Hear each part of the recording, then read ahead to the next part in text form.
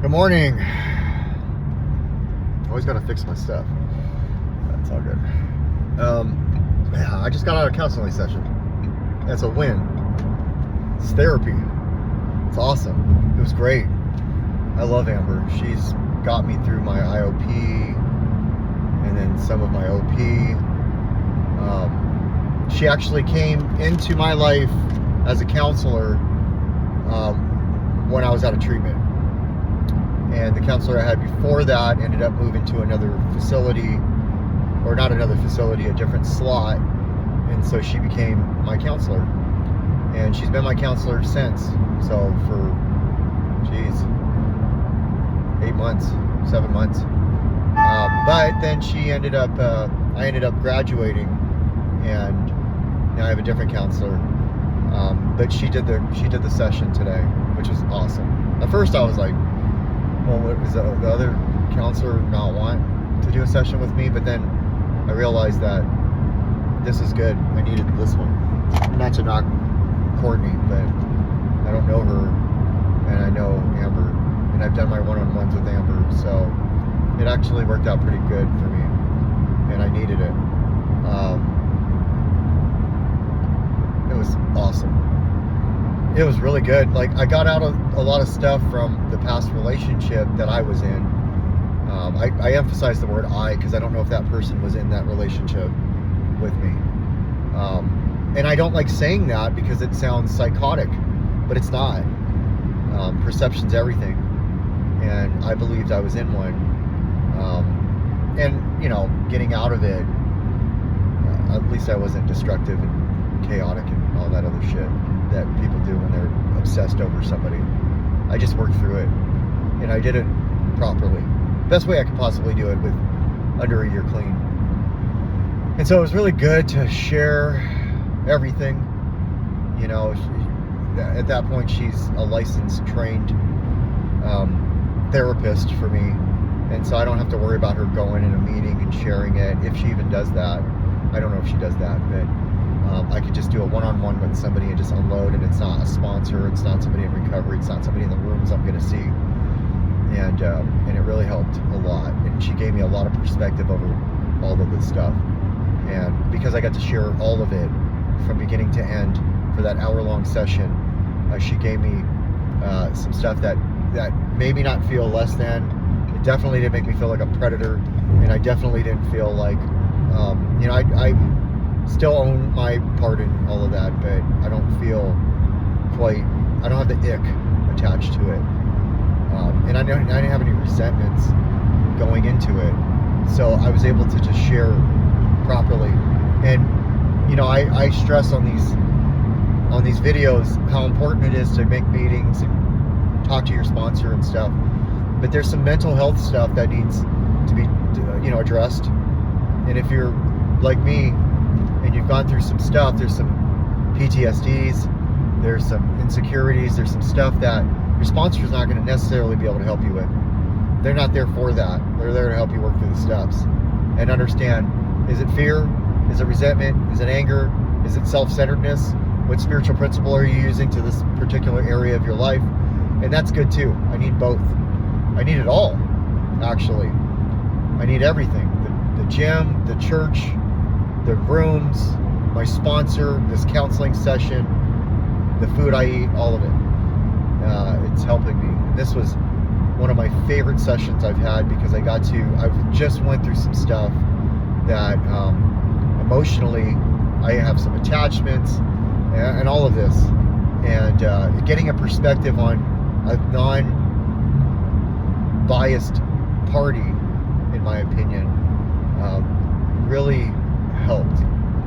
And then she gave me some stuff to work on and some homework, which I'll do. You know, getting out of my head, getting out of myself. And what was the other one she gave me, which was amazing? How to forgive someone who has hurt you, including myself. I mean, it's awesome. There's one other one that she gave me that I just thought was absolutely amazing. But really just getting out of myself was pretty good. Very self-centered, even when I say I'm not. And so, yeah, it was so good to just sit there and be able to dump and then also have engagement with it, you know, and kind of get a perspective over what could be going on in somebody else's head, even though we don't know, but what could be, and gives me a little bit of grace to give. And so, yeah, really happy I went to that. I didn't want to go to it, and it's not even, it's the time, like, I wanted to go to the gym. The gym is good, but it's not this, and I need this every once in a while. And I have another one lined up here in about 6 weeks, maybe 4 weeks. I don't know. We'll see. But what's good about that is, like, I'll do that again, and then I'm gonna further it by getting. I need this. I realized after today how much I need it, especially right now where I'm at. It's really good for me, so I'm gonna continue to do this and just further my recovery, further my mental health, and just further, you know, being good. You know, I get to share all the stuff that's going on with me right now, including what's been going on with me recently. And you know, I woke up this morning and I called the kids into the room, and I told them, hey, you know, they were already starting, they're already doing it. You know, they always start early. And I pulled them aside and I said, hey guys, I love you, and I want you guys to tell me, we're going to talk about gratitudes. We're going to start our day every day with gratitudes. Now, I'm going to try to, right? But what are 3 things I'm grateful for, and what are 3 things they were grateful for? And I explained to them what grateful meant, you know, and they understood what I was talking about. The things that you have that you appreciate having. And the first thing that they both said was me. He said, Daddy. And then she said, I'm grateful for Daddy too. You know, I yell all the time. I'm trying my best to be, you know, the best parent I can and not be like how I was taught when I was their age. And, you know, and then do in the mix of all this stuff I'm doing. And for them to tell me that their first gratitude was me, not food, not candy, not games, me, lifted my spirit. Made me really understand that, like, it's okay, give yourself a break, dude. You know, and it was wonderful to hear that from them. You know, the validation of others I seek for so long is right there in my household. They validate me. Maybe I need to do a little more validating to them. Let them know they're worth it. Why do I give people in the rooms a different approach to what I would do for my kids? Like, I wouldn't yell at anybody in the rooms. Why am I yelling at them? You know, that came from my daughter. She said, you know, I just don't like how you yell at them. And I know you're trying your best, but you never yelled at me like that, so why are you yelling at them like that? It just opened my heart. It didn't crush me, but it made me say, you can learn from anybody, Rodney. They don't have to be a counselor, and they don't have to be in the rooms of Narcotics Anonymous. They don't have to be your boss. They can be your 6-year-old daughter. They can be your 23-year-old daughter. Yes, that's the split. That's the split. I'm sorry. It's fucking, yeah. Clearly, most of my life I didn't work through anything. So I figured having kids would be the answer. Anyways, well, now I get to take care of them all. Now their mom's doing a good job stepping in now. So I give her props for that. But, yeah. What a wonderful day. Made an amends. That felt good. Called myself out while making the amends.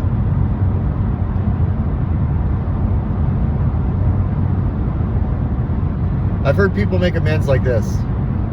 They said, I'm sorry, but that's the way my dad is, and that's the way I was raised, so that's the way I am. And that's their apology. Never sat right with me. I said I'm sorry for being such an asshat. And I didn't excuse it. I was being an asshat yesterday because I was so worried about my well-being that I could have, hurt somebody. I did hurt somebody's feelings. I think I did, but even if I don't know if I did, could have. That's not right. They're nice to me. I gotta be like that.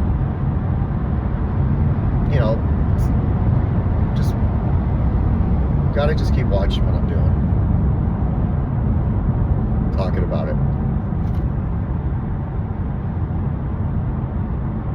Man, I got a lot of sleep last night. I thought. Tired. I'm running. Well, I still went to the gym. I went to bed at midnight instead of 2 a.m. That's 2 extra hours. But maybe 11 o'clock will be a good idea. I don't know. We'll see. Not tonight. Not tomorrow. I don't sleep in on my days off either. No. And I'm not mad about that. I actually like that I don't sleep in on my days off. Oh, I know what it is. I didn't have my pre-workout before going to the gym, so that shit fires me up, and then I'm full blast all day. Yeah, I'll just have like 2 cups of coffee. Anyways, yeah, good session, good day. Hello. You're wanted, needed, and loved. No matter what you've done, who you are, whatever you've experienced in the last however long. I don't care if something happened yesterday. You're still wanted, needed, and loved. And I love you. You're wanted, needed, and loved. And it's okay. Fuck, man, I've done some terrible fucking things. I've said some terrible fucking things. I've thought some terrible fucking things. Terrible. Like, just like, ugh, brother. Ugh, what's that? So, no, you're okay. I'm okay. We're okay.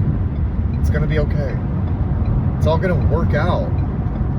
Even if you're like stuck in it right now, like if you're stuck in the cycle right now, you come across this video and you're just stuck like, man, I'm not quitting, but I don't want to get loaded. I don't know what I'm gonna do. You're okay. The fact that you can think that and you can breathe means that you're meant to be where you're at. And it'll get tough enough to the point where you just, one day, for me, I came downstairs, and that's happened to me twice. First time was with Andrew. I was coming down the stairs, I heard him say, I fucking hate him. That was years ago. And then the second time I was coming down the stairs, she was crying, Lainey. And she said she didn't remember. I've asked her about it. She doesn't have to talk about it. But she was crying. It's just another weekend where she came over and I wasn't downstairs to hang out with her. I was up to no good. No good. And I told myself, that was the day, man. That was the fucking day.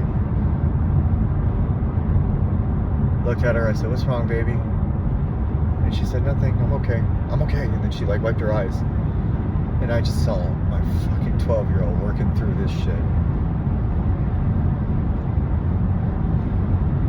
No. That's what I told myself. I'm not doing this to her anymore. I'm not gonna fucking have her work through this. She can work through the stuff at school with other kids. The shit that happened at school, not dad. No. And then I went into that fucking garage, man. Just fucking too scared to cry because everybody's gonna watch. And I'm gross. And I remember flipping through my phone, man. That one video, that girl staring. This video, she wasn't staring. She just looked like she was crying, and she said, you're better than this. And it's okay. Don't beat yourself up so much about it. Man, that girl fucking, I haven't even seen her since. Well, I saw her a little bit, but I don't see her anymore on these things. That girl saved my fucking life, man. Saved my fucking life. That video, I called my boss that like right then.